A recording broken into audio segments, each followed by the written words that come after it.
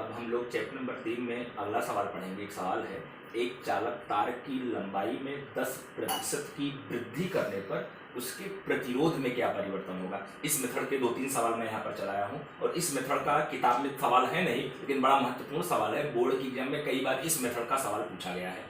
प्रश्न क्या कह रहे हैं, चालक तार की लंबाई में 10% की वृद्धि करने पर, जैसे मान लीजिए कोई चालक तार है, इसकी लंबाई में अगर 10% की वृद्धि करेंगे तो प्रतिरोध में क्या परिवर्तन होगा वो हमको बताना है। यहाँ पर देखना हल करने का तरीका क्या है। माना चालक तार की लंबाई L और अनुप्रस्थ काट का क्षेत्रफल A है, तो चालक तार का प्रतिरोध R बराबर रो इंटू एल बटे ए होता है। आप लोग सूत्र पढ़े थे, R बराबर रो इंटू एल बटे ए, प्रतिरोधकता वाला टॉपिक जब चलाया था आपको बताया था। तो तुरंत इसमें लंबाई का ऊपर नीचे गुणा कर देने का, तो यहाँ पर रो एल स्क्वायर बटे क्षेत्रफल गुणे लंबाई बराबर आयतन हो जाएगा। तो यहाँ पर R बराबर रो इंटू एल स्क्वायर बटे भी समीकरण नंबर 1। अब तार की लंबाई में 10% की वृद्धि करने पर नई लंबाई क्या होगी, L डैश बराबर पुरानी लंबाई L प्लस 10% की वृद्धि मतलब L का 10%। यहाँ पर L प्लस L का 10% मतलब L गुणे 10 बटे 100। यहाँ L प्लस इसको सोल्व करेंगे 0.1 L आएगा। अब यहाँ से L डैश बराबर आपका क्या हो जाएगा, L प्लस 0.1 L जोड़ने पर 1.1 L आएगा। तब यहाँ पर चालक तार का नया प्रतिरोध R डैश बराबर rho into L dash square बटे भी, इस सूत्र से निकाला हो, रो एल स्क्वायर बटे भी पर से रो एल डैश स्क्वायर बटे भी आपका हो जाएगा।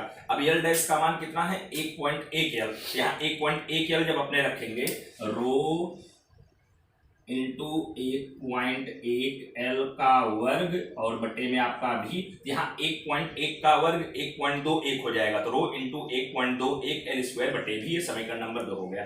अब प्रतिरोध में परिवर्तन, तो प्रतिरोध में परिवर्तन का मतलब ज्यादा प्रतिरोध माइनस कम प्रतिरोध। अब यहाँ लंबाई में जब वृद्धि की गई है तो प्रतिरोध है ज्यादा है और ये प्रतिरोध आपका क्या है, कम है। तो यहाँ डेल्टा R बराबर R डैश माइनस R। अब R डैश का मान देखो कितना आया है, 1.21 रो एल स्क्वायर बटे भी माइनस R का मान क्या है, रो एल स्क्वायर बटे भी। यहाँ घटाएंगे तो 0.21 रो एल स्क्वायर बटे भी आपका हो जाएगा। 1.21 में से 1 रो एल स्क्वायर बटे भी घटाएंगे 0.21 रो एल स्क्वायर बटे भी। अब हमको प्रतिशत परिवर्तन निकालना है, तो प्रतिशत परिवर्तन का मतलब डेल्टा R बटे R गुणे 100, जैसे प्रतिशत त्रुटि का सूत्र होता था। तो डेल्टा R का मान 0.21 रो एल स्क्वायर बटे भी और फिर बटे में R का मान देखो समीकरण नंबर 1 में है रो एल स्क्वायर बटे भी गुणे 100। यहाँ रो एल स्क्वायर बटे भी से रो एल स्क्वायर बटे भी कैंसिल हो गया, यहाँ बचा क्या 0.21 गुणे 100। यहाँ गुणा करने पर 21 आएगा। तो 21% की वृद्धि होगी, क्योंकि लंबाई में वृद्धि हो रहा है, प्रतिरोध में भी वृद्धि होगी। अब इसी मेथड का एक सवाल और है,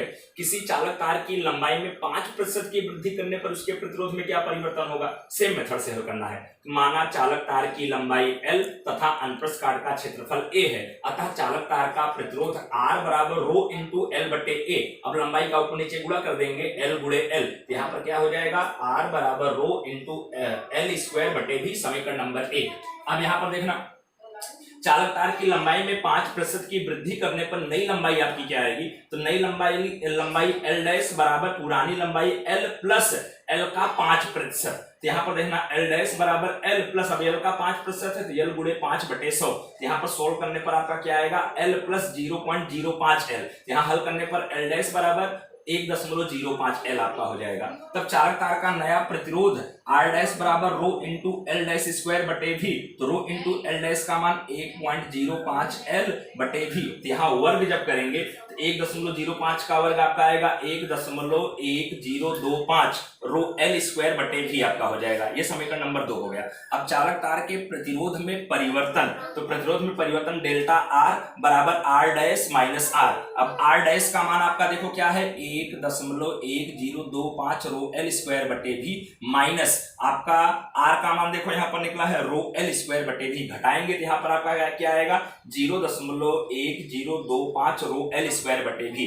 अब यहाँ पर प्रतिशत परिवर्तन निकालेंगे तो डेल्टा R बटे R गुणे 100, तो डेल्टा R का मान 0.1025 रो एल स्क्वायर बटे भी, फिर बटे में R का मान क्या है, रो एल स्क्वायर बटे भी गुणे 100। यहाँ पर रो एल स्क्वायर बटे भी से रो एल स्क्वायर बटे भी कैंसिल हो जाएगा, तो 0.1025 गुणे 100 गुणा करने पर कितना आएगा, 10.25% की वृद्धि होगी।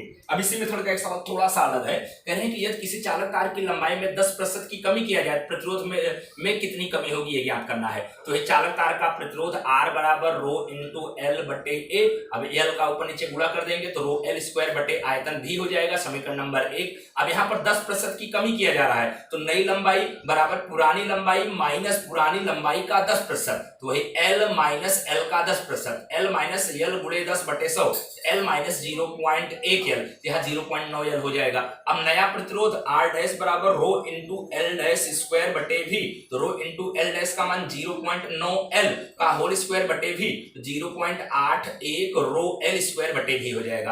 अब यहाँ परिवर्तन, अब परिवर्तन में R माइनस R डैश, क्योंकि जब लंबाई में कमी होगी तो ये प्रतिरोध कम आएगा, ये प्रतिरोध ज्यादा होगा, तो वही तब डेल्टा R बराबर R minus R dash, R का मान क्या आया है रो एल स्क्वायर बटे भी, माइनस R डैश का मान क्या आया है 0.81 रो एल स्क्वायर बटे भी।